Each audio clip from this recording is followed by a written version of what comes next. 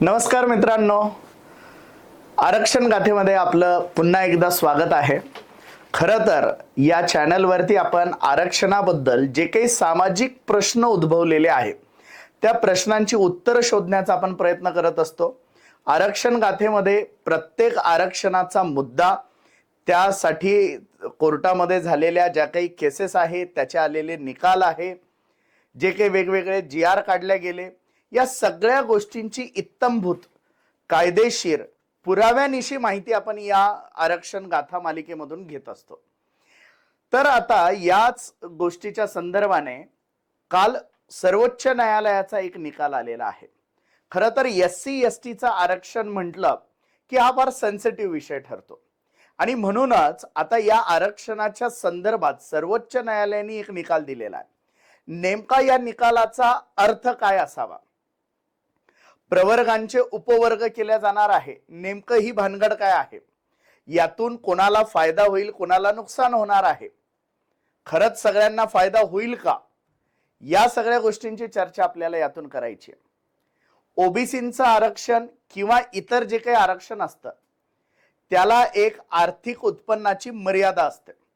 त्या उत्पन्नाच्या मर्यादेच्या पलीकडे जर तुम्ही गेलेले असाल तर तुम्हाला ते आरक्षण लागू होत नाही.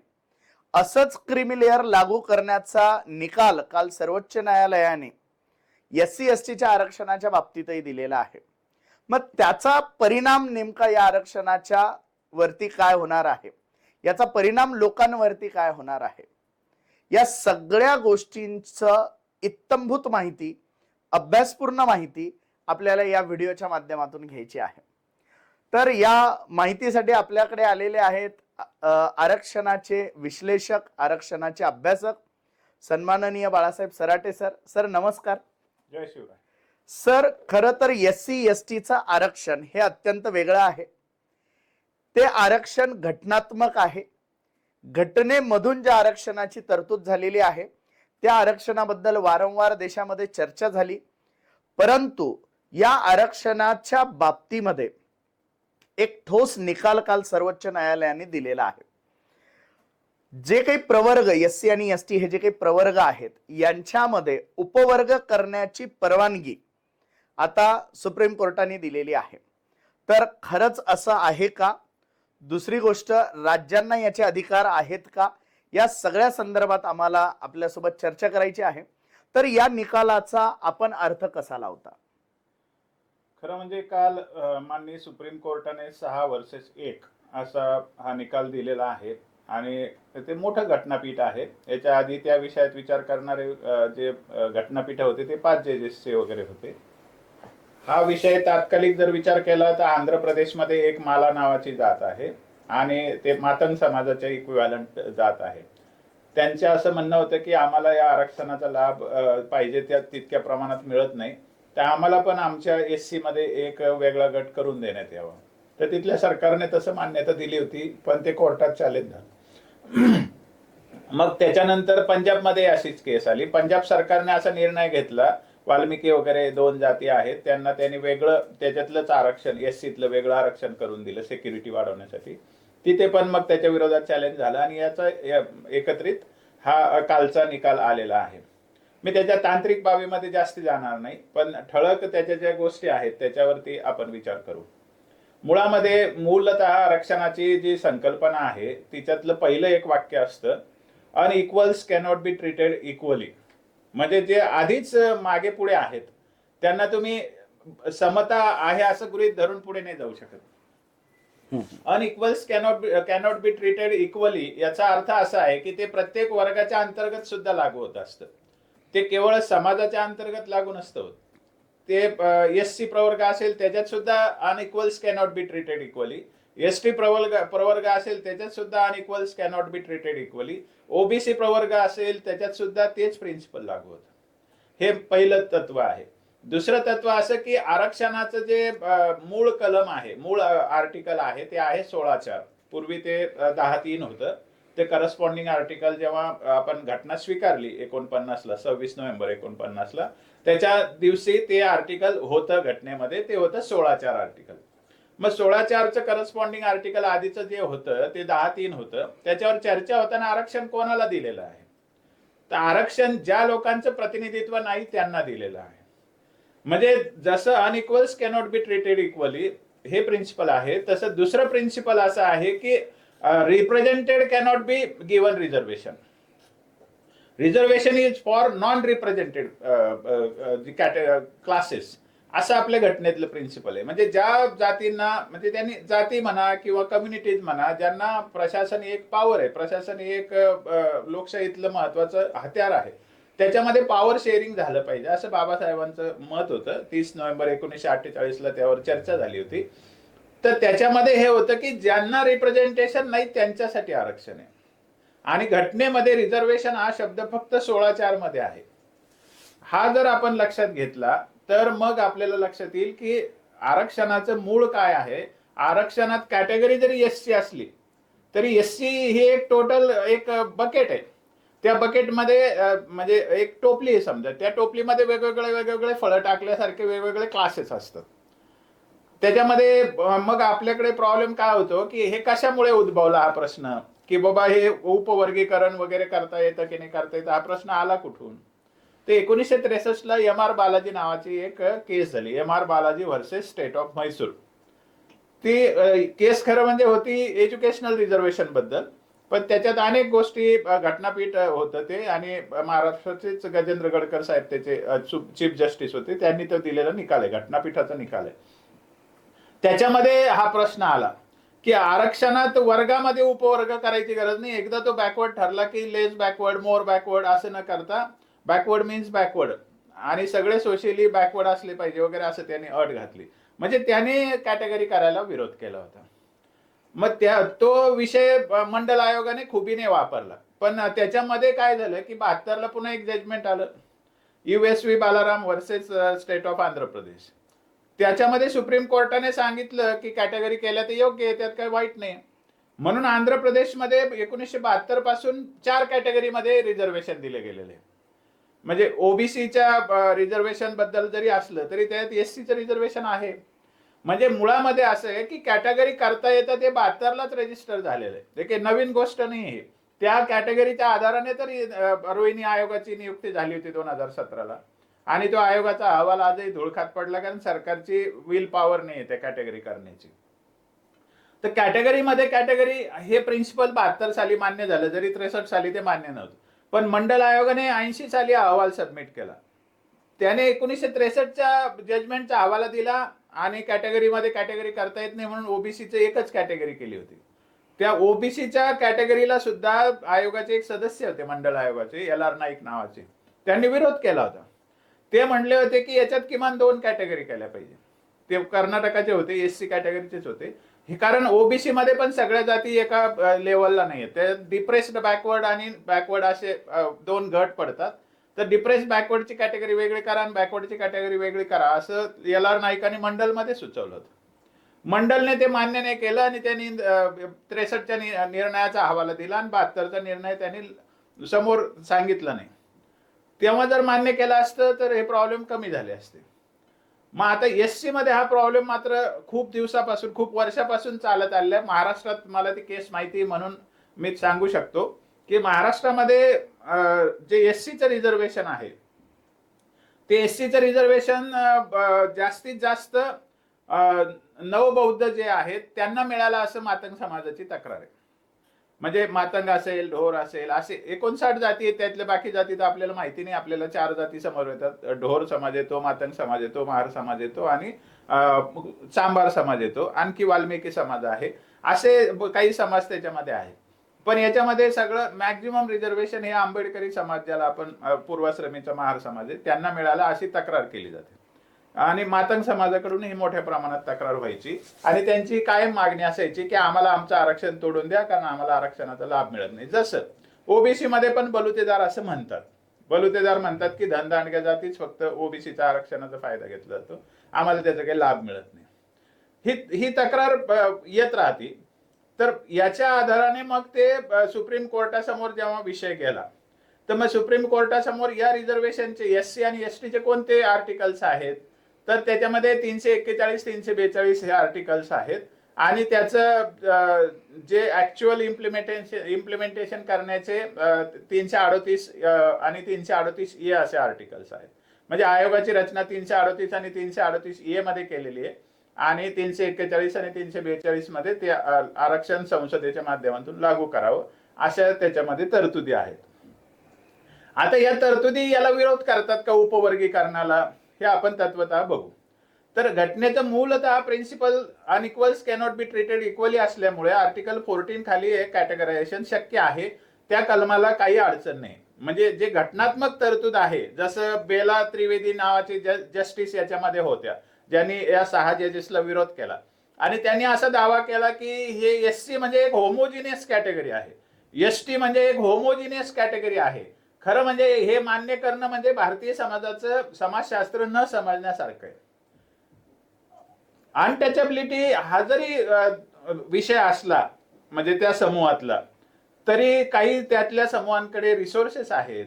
म्हणजे शेती आहे एकूण रचनेमध्ये, काही लोकांच्याकडे संसाधन आहेत, त्यांना गाव रचनेमध्ये काही विशेष कामं दिली जायची. असं सगळ्यांच्या सारखं स्टेटस नाहीये. आणि जी बाबासाहेब आंबेडकरांसारखं नेतृत्व मिळाल्यामुळे त्यांचं ज्यांनी आदर्श घेतला ते समाज पुढारले झाले, त्यांच्या लवकर प्रगती झाली आणि जो समाज मागे राहिला तो मागेच राहिला. डिस्पॅरिटी दिसते, विषमता दिसते आणि कॅटेगरीमध्ये सगळा समाज एका स्तरावर दिसत नाही. हे दुःख कोणत्याही दिवशी मान्य करावं लागतं. त्यामुळे तुम्हाला कोणी अडवलं होतं प्रगती करायला, तुम्हाला काय म्हटलं होतं का आम्ही तुम्ही शिकू नका म्हणून, असं आपल्याला तिथे म्हणता येत नाही. कारण मग इतिहास काळातही असं म्हणाल कोणी की तुम्हाला कोणी तेव्हा अडवलं होतं का प्रगती करायला. मग असं केलं तर ते अनएंडिंग होऊन जातं. त्याच्यामुळे 338 338 ए आणि 341 42 या ज्या तरतुदी आहेत, म्हणजे संसदीय मार्फत राष्ट्रपतीने त्या जातींचं आयडेंटिफिकेशन मान्य करायचं आणि त्यांना त्याच्यात टाकायचं एससी मध्ये किंवा एसटी मध्ये. ही घटनात्मक प्रक्रियेमध्ये उपवर्गाला कुठेही प्रत्यवाय नाही, कुठे अडचण नाहीये. कारण हे आर्टिकल 14 खाली बसण्यासारखं आहे आणि समतेच्या तत्वाला त्याच्यामध्ये बाद येत नाही. कारण हे पॉझिटिव्ह डिस्क्रिमिनेशन जे आहे ते विदिन कॅटेगरीमध्ये पण करतायत. त्यामुळे उपवर्ग करायला माननीय न्यायालयाने मान्यता दिली. हे घटनेच्या बेसिक स्ट्रक्चर डॉक्ट्रिन जे आहे किंवा रिझर्वेशनचं जे अफर्मेटिव्ह ऍक्शनचं प्रिन्सिपल आहे त्याला धरून आहे, यात काही प्रत्यवाय नाही, हे सत्य आहे. ओके. पण आता दुसरा एक महत्वाचा मुद्दा या वेळेस चर्चेला आला आणि त्याबद्दलही सर्वोच्च न्यायालयाने एक निकाल दिलाय.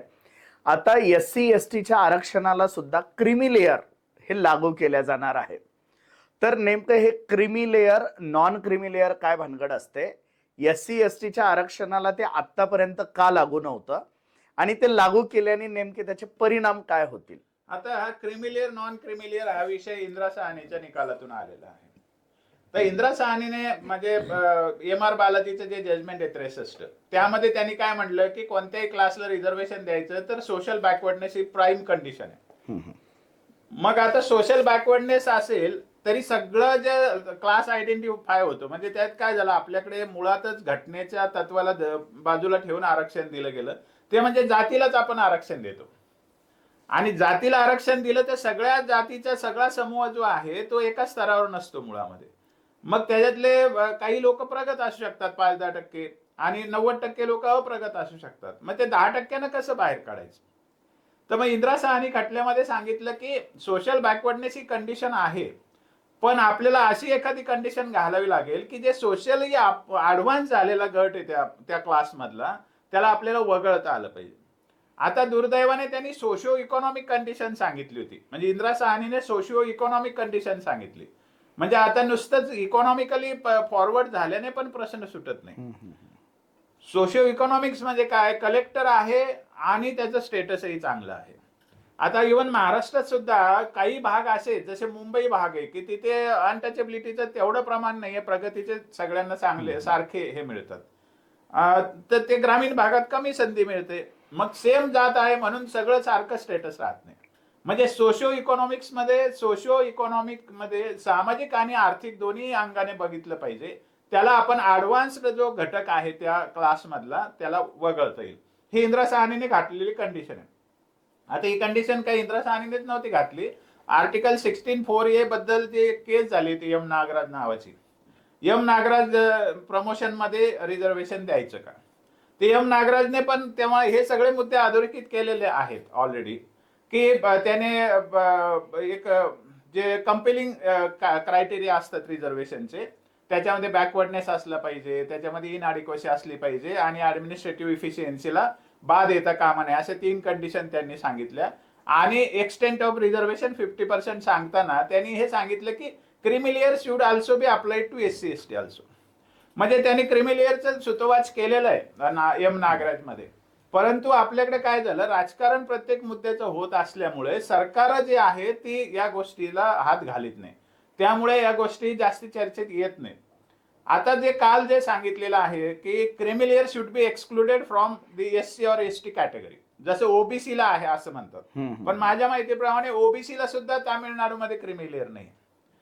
आणि सुप्रीम कोर्टाची हिंमत नाही तामिळनाडूच्या रिझर्वेशनच्या विरुद्ध निकाल द्यायची, कारण ते सरकार मानतच नाही. तर आता SC ST ला सुद्धा क्रिमिलियर लावायचं का, हे आश्चर्य वाटू शकतं. पण मी पुन्हा एकदा माहिती देतो की शरद पवार साहेबांच्या काळामध्ये 79 मध्ये 27 एप्रिल 79 ला 80% रिझर्वेशन जेव्हा महाराष्ट्रात दिलं, तर ते सगळ्याच्या सगळं आर्थिक निकषावर दिलं होतं. मग त्यात SC ला सुद्धा आर्थिक निकष होता, ST ला पण आर्थिक निकष होता, OBC ला पण आर्थिक निकष होता आणि उर्वरित रिझर्वेशनला पण आर्थिक निकष होता. म्हणजे क्रिमिलियर प्रिन्सिपल त्यांनी वापरलं त्याच दिवशी आणि ते 5 वर्ष आरक्षण टिकले 79 ते 84 पर्यंत.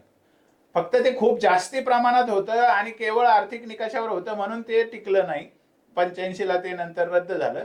परंतु हे प्रिन्सिपल महाराष्ट्रात ऑलरेडी राबवलेलं आहे. आता याच्यामध्ये क्रिमिलियर वगळावं की नाही वगळावं याच्यावरती काही लोकांचं म्हणजे थोड्या गटाचं म्हणणं आहे की असं नाही करता येत, कारण हे सामाजिक रिझर्वेशन आहे. मुळामध्ये असं आहे की क्रिमिलियर पेक्षा पण रिप्रेझेंटेशन हा फॅक्टर खूप मोठा आहे. बाबासाहेब आंबेडकरांनी जेव्हा रिझर्वेशनची चर्चा केली 30 नोव्हेंबर 1948 ला, तर representation is the blood, life blood of the reservation. म्हणजे रिप्रेझेंटेशन जर असेल तर रिझर्वेशनला एलिजिबल होत नाही क्लास. मग क्रिमिलियर मध्ये रिप्रेझेंटेशन हा सुद्धा फॅक्टर ग्राह्य धरला गेला पाहिजे. मग त्याला काय, समजा क्लास 1 ची पोस्ट मिळाली एखाद्या फॅमिलीमध्ये, तर त्याच्या पुढच्या वारसाला रिझर्वेशनची गरज उरते का? किंवा 2 पिढ्या रिझर्वेशन दिल्यानंतर तिसऱ्या पिढीला पण रिझर्वेशन द्यावं का? असा पण ऍडिशनल निकष त्या वगळण्यामध्ये लावला जाऊ शकतो. क्रिमिलियरचा अर्थ असा नाही की फक्त इकॉनॉमिक कंडिशन आहे. क्रिमिलियरचा असा अर्थ आहे की कॉम्प्रिहेन्सिव्ह अनालिसिस झालं पाहिजे की या फॅमिलीतल्या या घटकाला आता आरक्षणाची गरज नाही. मग त्यासाठी आर्थिक एक निकष असू शकतो आणि सामाजिक पण एक निकष असू शकतो. म्हणजे प्रबळ जर ते फॅमिली झाली असेल तर त्याला पुढच्या याच्यात रिझर्वेशन नाही दिलं पाहिजे. आता याच्यामध्ये याचे वाभाडे कसे निघतात बघा. क्रिमिलियर ठरवण्यामध्ये पुन्हा राजकारण आहे. आता मागच्याच अधिवेशनात झालं त्या अधिवेशनामध्ये चर्चा झाली की OBCचं क्रिमिलियर किती असावं. गायकवाड शिंदे साहेबांचे आमदार आहेत, त्यांनी तो विषयाला हात घातला आणि अतुल सावे जे मंत्री, सामाजिक न्याय मंत्री, त्यांनी त्याला उत्तर दिलं. 15 लाख रुपये क्रिमिलियर करण्याचं प्रपोजल सरकारकडे पाठवलंय, केंद्र सरकारकडे, आपल्या सरकारने. आता 15 लाख जर वार्षिक उत्पन्न जर एखाद्या फॅमिलीचा धरलं तुम्ही क्रिमिलियरची लिमिट, तर त्याच्यावरचे क्रिमिलियर मध्ये मोडतात आणि खालचे क्रिमिलियर मध्ये मोडत नाही. तर गरीब लोकांचं काय व्हायचं, ज्यांचं उत्पन्न 1 लाखाच्या आतच आहे, ते थोडी 15 लाखावाल्याची कॉम्पिटिशन करू शकणार आहे. म्हणजे इथं पण अन्याय केला जातो. म्हणजे अनइक्वल्स आर ट्रीटेड इक्वली. म्हणजे 1 लाखावाले उत्पन्नाची फॅमिली 15 लाखाबरोबर कॉम्पिटिशन करणार का, हा पण मुद्दा तुम्ही गृहीत धरला पाहिजे ना. मग तर क्रिमिलियर लावताना सुद्धा कडक निकष असले पाहिजे, प्रॅक्टिकल निकष असले पाहिजे आणि त्याच्याबरोबर सामाजिक पण निकष लावले पाहिजे. म्हणजे प्रतिनिधित्व मिळालेलं आहे की नाही असं काहीतरी त्याच्यात केलं गेलं पाहिजे.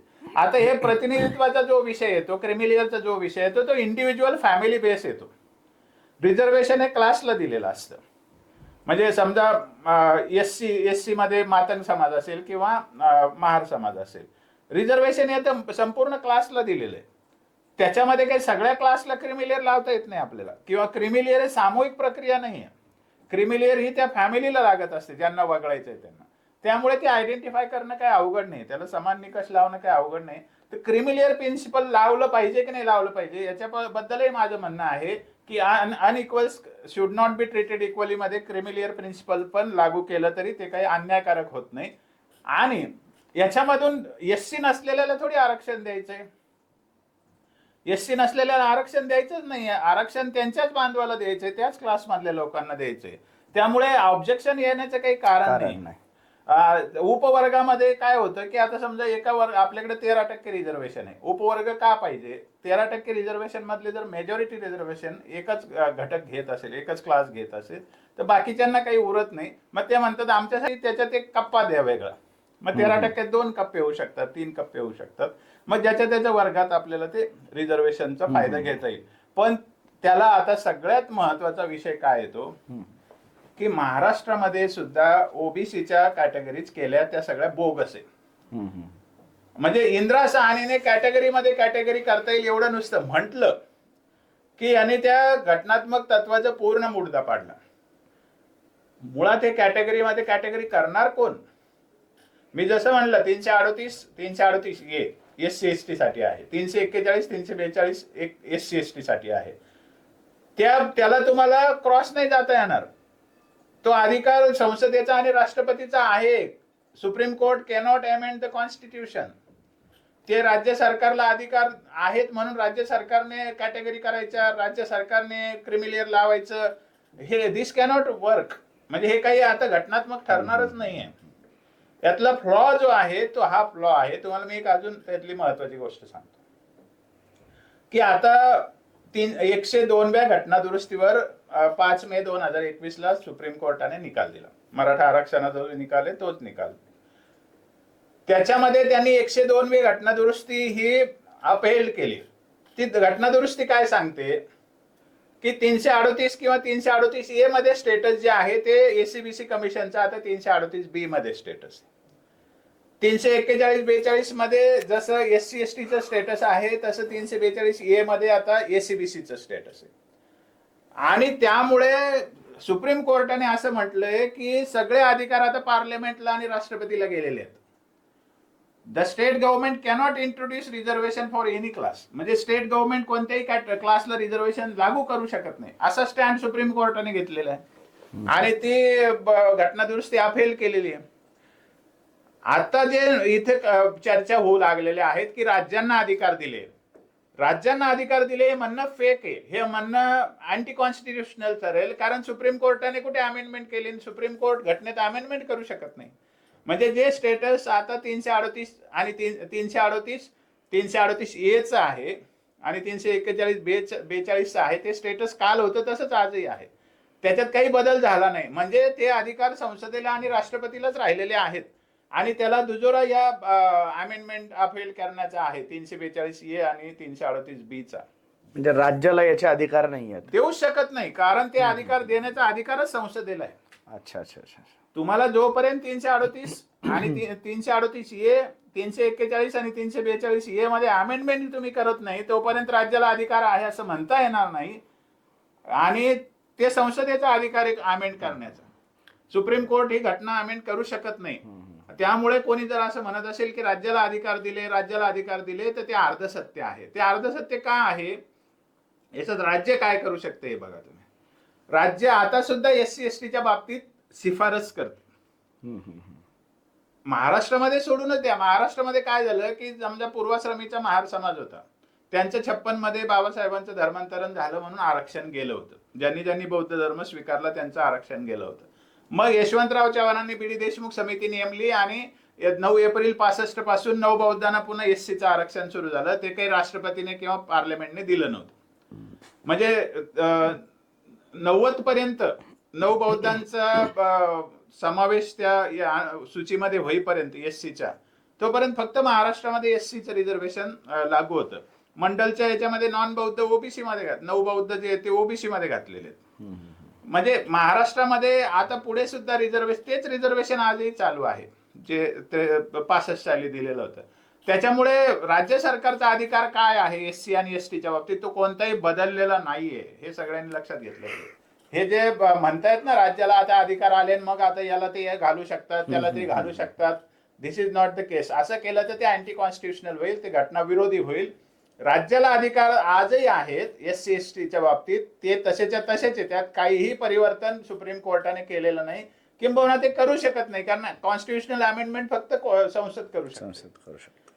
आणि त्याचं हे मी सांगितलंय 102व्या घटना दुरुस्तीचं, की सुप्रीम कोर्टाने स्टँडच घेतलेला आहे की 102व्या घटना दुरुस्तीचं स्टेटस काय आहे, 338A, 338 आणि 338B समान स्टेटस आहे, म्हणजे राज्याला अधिकार नाहीत. 341, 342 आणि 342 याचं समान स्टेटस आहे, म्हणजे राज्याला अधिकार नाही. ते अधिकार देण्यासाठी संसदेला पुन्हा घटना दुरुस्ती करावी लागली, 105वी घटना दुरुस्ती, तेव्हा आता SC-BCचं आरक्षण राज्य देऊ शकलेलं आहे. त्यामुळे आज तरी SC-STच्या बाबतीत राज्याला कोणताही अधिकार सुप्रीम कोर्ट त्याने दिलेला नाही, किंवा तसा अधिकार द्यायचं तर मूळ 338 आणि 338A, 341 आणि 342A मध्ये अमेंडमेंट कराव्या लागतील, आणि ते अमेंडमेंट फक्त संसद करू शकते, कोर्ट करू शकत नाही, सुप्रीम कोर्ट करू शकत नाही. म्हणून राज्य आजही तसंच काम करू शकतं जसं आधी करत होतं. कॅटेगरी सुचवू शकतं की आमच्या राज्यात ही पोझिशन आहे आणि अशी कॅटेगरी केली पाहिजे. एखाद्या नवीन जातीला घालायची ती पद्धत आधीपासून आहे, तीच अंमलात राहू शकते.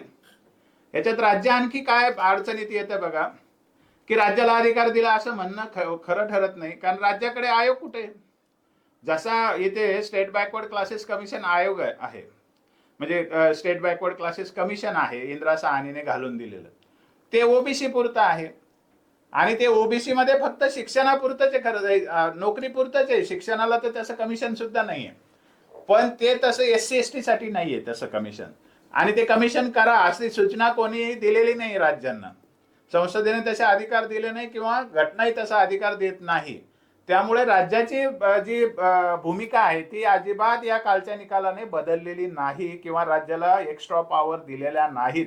त्यामुळे उद्या राज्य याला घालू शकेल, त्याला घालू शकेल, हे जे याला स्पेक्युलेशन म्हणतो आपण, या स्पेक्युलेशनला माझ्या दृष्टीने तसा काही अर्थ नाही. आणि तसं जर केलं राज्याने तर मग ते घटनेचे पायमल्य होईल, एवढं मला स्पष्टपणे वाटतं.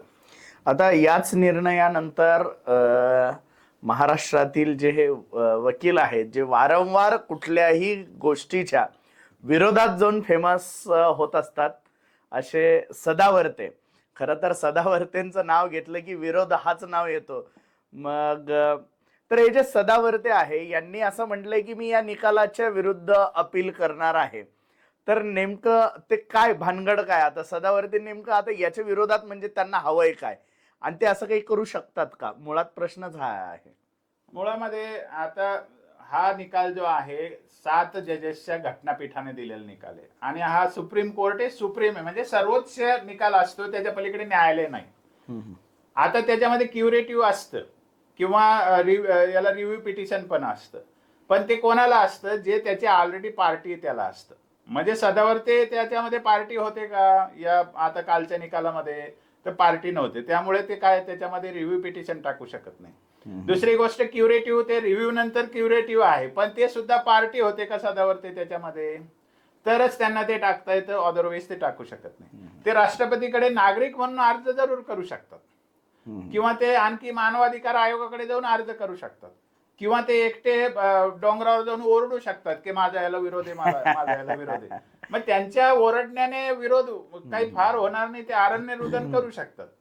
सदावर्ते हे वकील आहे, हे खरं वकील या शब्दाचाच अपमान आहे, त्याच्यामुळे त्यांच्यावर फार बोलणं काही मला फार संयुक्तिक वाटत नाही.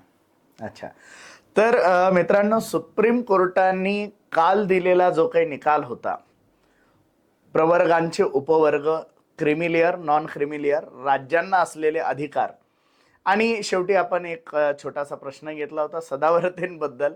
या सगळ्या प्रश्नांचे उत्तर आपल्याला सराटे सरांनी अत्यंत अभ्यासपूर्ण उत्तरं दिलेलेत, अत्यंत विश्लेषणपूर्ण उत्तरं दिलेलेत. जर आपल्याला हा व्हिडिओ जर आवडलेला असेल तर हा लाईक आणि शेअर करायला विसरू नका. आणि अजूनही जर आपण आमचं हे चॅनल जर सबस्क्राईब केलेलं नसेल तर या चॅनलला नक्की सबस्क्राईब करा, कारण या चॅनलच्या माध्यमातून आपण आरक्षणाबद्दलची एक सामाजिक जागृती करण्याचा एक प्रयत्न करतोय. खरं तर आरक्षण हा प्रश्न राज्यकर्त्यांनी अत्यंत जटिल करून ठेवलेला आहे, आणि हा प्रश्न जर आपल्याला सोडवायचा असेल तर तो प्रश्न सामाजिक जाणीवेतून सोडवावा लागेल, सामाजिक प्रयत्नातून सोडवावा लागेल. हा प्रश्न आपल्याला अत्यंत काळजीपूर्वक, अत्यंत तळमळीने आणि समान न्यायिक भूमिकेतून सोडवावा लागेल. लबाड सामाजिक न्याय, स्वार्थी सामाजिक न्याय, लाचार सामाजिक न्याय या सगळ्या गोष्टी समाजाला, देशाला, महाराष्ट्राला न्याय देऊ शकत नाही आणि त्यामुळेच आपल्याला या प्रश्नाची आता चर्चा करावी लागणार आहे. हा प्रश्न जनसामान्यांच्या डोक्यामध्ये, मनामध्ये आपल्याला रुतवावा लागणार आहे. तेव्हाच आपण या राज्यकर्त्यांना प्रश्न विचारू शकू. आपण कुठल्याही कॅटेगरीमध्ये असा, आपण कुठल्याही समाजाचे भाग असा, परंतु आपल्या राज्यामध्ये, आपल्या देशामध्ये समान सामाजिक न्याय, न्यायिक सामाजिक न्याय हा प्रस्थापित होणं आता आपल्या सगळ्यांच्या दृष्टीने अत्यंत गरजेचं आहे. ज्या समाजाला आरक्षणाची गरज आहे त्यांना आरक्षण मिळायलाच हवं. परंतु ज्या लोकांना आता याची गरज उरलेली नाहीये, जे लोक चुकीच्या पद्धतीने आरक्षण घेत आहेत, त्या लोकांना इथून बाहेर काढणं आता ही राज्यकर्त्यांची गरज नाही तर आपल्या सर्वांची गरज निर्माण झालेली आहे. आपल्या सर्वांचं हे कर्तव्य आहे. कारण जर असं झालं नाही तर येणाऱ्या काळामध्ये भारताचा बांगलादेश व्हायला वेळ लागणार नाही.